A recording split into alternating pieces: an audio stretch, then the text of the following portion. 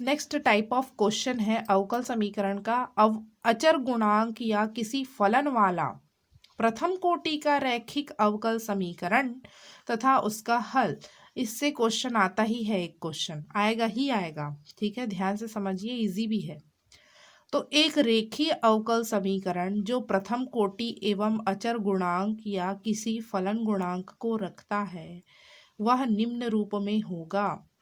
ठीक है, तो dy by D X plus P Y बराबर क्यू, ये रैखिक अवकल समीकरण है। क्या है? रैखिक अवकल समीकरण का रूप है, इस प्रकार से रहेगा। इससे क्वेश्चन आएगा ही आएगा। इसका समाकलन गुणांक की हमको ज़रूरत पड़ेगी इंटीग्रेटिंग फैक्टर इजी बनाने के लिए सॉल्यूशन को।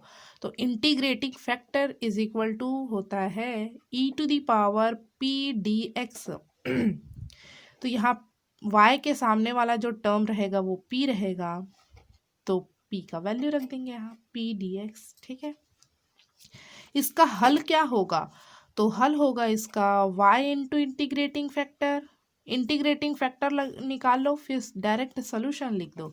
ठीक है, बराबर q, ये वाला q integration q into integrating factor dx plus c, ये आपको याद रखना पड़ेगा। ठीक है, ये तो dy बाई डी एक्स के रूप में रहा। यदि dx अपॉन dy है तब कैसे करेंगे? तो इसका समाकलन गुणांक निकाल लेंगे integrating factor e to the power P Y D Y, E to the power P dash D Y होगा। यहाँ dx होता था, यहाँ dy हो जाएगा। ठीक है, x हल क्या होगा? यहाँ होता था y इंटू इंटीग्रेटिंग फैक्टर, तो यहाँ x इंटू इंटीग्रेटिंग फैक्टर बराबर integration q dash integrating factor dy होगा। जहाँ जहाँ dx है वहाँ वहाँ dy प्लस c। ठीक, ध्यान रखने वाली बात है, समीकरण में dy बाई डी एक्स का कोई गुणांक हो तो उससे भाग देकर dy बाई डी एक्स का गुणांक 1 कर लेना चाहिए। समझते हैं ना गुणांक मतलब? ठीक है, यहाँ D X upon D Y की सामने में कुछ है क्या? राशि नहीं है, गुणांक 1 है। इसमें देखिए गुणांक 1 है, तो यदि कोई टर्म दे दिया एक्स वाई जेड तो हम क्या करेंगे? गुणांक यहाँ 1 करना है तो एक्स वाई जेड से भाग दे देंगे। ठीक है, देखते हैं अब अवकल समीकरण इस प्रकार का। अवकल समीकरण dy by D X plus Y tan X is equal to sine X का समाकलन गुणांक ज्ञात कीजिए। इंटीग्रेटिंग फैक्टर बस ज्ञात करने बोल रहा है तो उतना ही काम करेंगे। ठीक है, तो ये देखने से ही समझ में आ रहा है रैखिक अवकल समीकरण का रूप है dy by D X plus Y tan X is equal to sine X. अब क्या करेंगे? समीकरण 1 की तुलना dy by D X plus P Y is equal to Q से करने पर p बराबर टेन एक्स आ जाएगा, q बराबर साइन एक्स आ जाएगा। ठीक है, समाकल गुणांक integrating factor is equal to E to the power integration P D X होगा। ठीक है, यही है सूत्र। तो integrating factor is equal to E to the power integration tan X, P की जगह वैल्यू टेन एक्स का होता है लॉग सेक एक्स। ठीक है, तो लॉग सेक एक्स रख दिए। अब हम जानते हैं e to the power log x का क्या होता है? एक्स हो जाता है, तो एक्स लिख देंगे। एक्स की जगह क्या है? सेक एक्स, तो सेक एक्स आ गया, इंटीग्रेटिंग फैक्टर आ गया। ठीक है, अवकल समीकरण नेक्स्ट देखते हैं। X D Y by D X plus 2y is equal to X square log X को हल कीजिए। ठीक है, ये अवकल समीकरण है, समघात तो नहीं है, नहीं है ये, तो इसको किस रूप में चेंज करेंगे? रैखिक अवकल समीकरण के रूप में। यहाँ D Y by D X का कोई गुणांक नहीं होना चाहिए, तो पूरे टर्म में एक्स से भाग दे देंगे। ठीक है, 2/x हो गया, x square log x upon x हो गया। ठीक है, एक्स से x cancel, x log x. अब तुलना करेंगे इस समीकरण से, p बराबर 2/x आएगा। ठीक है ना, y को मत ले लेना, और q बराबर क्या आएगा? x log x। ठीक है, इंटीग्रेटिंग फैक्टर निकालते हैं अब। बहुत ही आसान है, सब में एक ही प्रोसेस करना है। P D X E to the power integration 2/x, 2 बाहर आ गया, लॉग x हो जाएगा। ठीक है, 1/x का g E to the power, ये इसको ऐसा लिख सकते एन लॉग एक्स है तो इसको लिख सकते हैं लॉग एक्स की पावर एन, सामने है वो घात में आ जाता है तो घात में लिख लिए।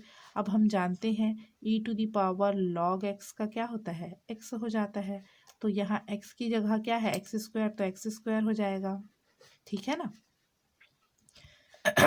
अब समीकरण का हल होगा y into integrating factor is equal to integrating factor into Q D X, ठीक है। इंटीग्रेटिंग फैक्टर का वैल्यू क्या है एक्स स्क्वायर, यहाँ भी रख दिए एक्स स्क्वायर, और क्यू का मान क्या है एक्स लॉग एक्स है, D x x cube log x हो गया डी एक्स, ठीक है। अब इंटू वाला फॉर्मूला लगा देना है, बस कुछ नहीं करना है। इसको प्रथम फलन ले लिए लॉग एक्स, दूसरे का समाकलन D by D x log x integration x square log D X, ठीक है। लॉग एक्स का 1/x हो जाएगा, ये एक्स टू दी पावर 4/4 होगा, ये भी एक्स की पावर 4/4, तो एक्स से एक एक्स कैंसिल हो जाएगा, 1/4 बाहर कर दिए ठीक है। एक्स की पावर 4+/4 को सामने रख दिए, इसका पुनः समाकलन करेंगे तो एक्स की पावर 4/4 आ जाएगा, ठीक है। 16 हो गया, 4 चौक 16, तो इधर क्या बचा था y इंटू एक्स स्क्वायर है, ठीक है। एक्स स्क्वायर को मैंने क्या कर दिया इस ओर भेज दिया तो भाग के रूप में, एक्स की पावर 4/16 कॉमन निकाला है मैंने, ठीक है। तो यहाँ तो 4 है तो 4 से मल्टीप्लाई हो जाएगा, यहाँ आता है ना कॉमन निकाला log x - 1, तो इस प्रकार से हमारा सोल्यूशन आ गया। एक और क्वेश्चन देख लेते हैं इसका। दिए गए अवकल समीकरण को हल कीजिए, तो समघात रूप में नहीं हल कर सकते, चरों का पृथक्करण भी नहीं कर सकते, तो बच गया रैखिक अवकल समीकरण। तो रैखिक अवकल समीकरण बन सकता है क्या, बिल्कुल बन सकता है, dx/dy के रूप में बन रहा है, ठीक है ना। इसका भी ध्यान रखेंगे, x/1 + y² tan inverse y/1 + y²। मैंने क्या किया 1 + y² को प्रत्येक टर्म में भाग दिया, ठीक है ना। इंटीग्रेटिंग फैक्टर निकालते हैं। अब e to the power integration p dy होगा, किससे तुलना करेंगे dx/dy, लिख लेना एक बार, p डैश या p ही लिखो, p इंटू x को मत ले लेना, ठीक है, बराबर q। तो p के रूप में कौन काम करेगा 1/1 + y² काम करेगा, ठीक है ना। तो 1/1 + y² tan इनवर्स y हो जाएगा, आ गया इंटीग्रेटिंग फैक्टर हमारा। अब समीकरण का हल क्या होगा, तो x into E to the power p dx is equal to integration e to the power p dy into q dy। Sorry, यहाँ एक बार और लिख देती हूँ, i इंटू इंटीग्रेटिंग फैक्टर को ही तो यही लिखते हैं ना, तो ये रूप में लिख दिया है मैंने, integration q into integrating factor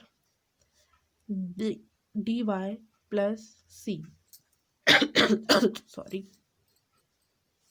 ठीक है। इंटीग्रेटिंग फैक्टर का मान रख दिए, ठीक है। तो यहाँ tan इनवर्स y को मैंने t मान लिया, तो 1/1 + y² dt हो जाएगा, x e to the power tan inverse y as it is रहेगा, तो ये t हो गया और e to the power t हो जाएगा dt, किसकी जगह रखेंगे dt, dy/1 + y² की जगह 1/1 + y² dy, इस पूरे टर्म की जगह dt आ गया, ठीक है। अब इंटू वाला फॉर्मूला लगा दीजिए, t इंटू इसका समाकलन करेंगे तो e to the power t ही होगा, माइनस d/dt, t का 1 हो गया, e to the power t dt। एक स्टेप लिख दूं क्या, t into E to the power t minus integration d/dt, t का होगा integration e to the power t dt, ठीक है, और dt। एक स्टेप और लिख दिया मैंने, ठीक है, प्लस c। अब समझ में आएगा, x into E to the power tan inverse y बराबर t into E to the power t minus E to the power t plus c, ठीक। यही हमारा क्या है सोल्यूशन है। e⁻tan−1y को मैंने क्या कर दिया, डिवाइड में ला दिया, ये कैंसिल, ये भी कैंसिल, ठीक है। नीचे में आएगा ये ठीक है, तो ऊपर जाके माइनस में हो जाएगा ये, ठीक है ना। इतना तो सोल्यूशन आप लोग समझते ही हैं, ठीक है। तो ये अभिष्ट हल है, ठीक।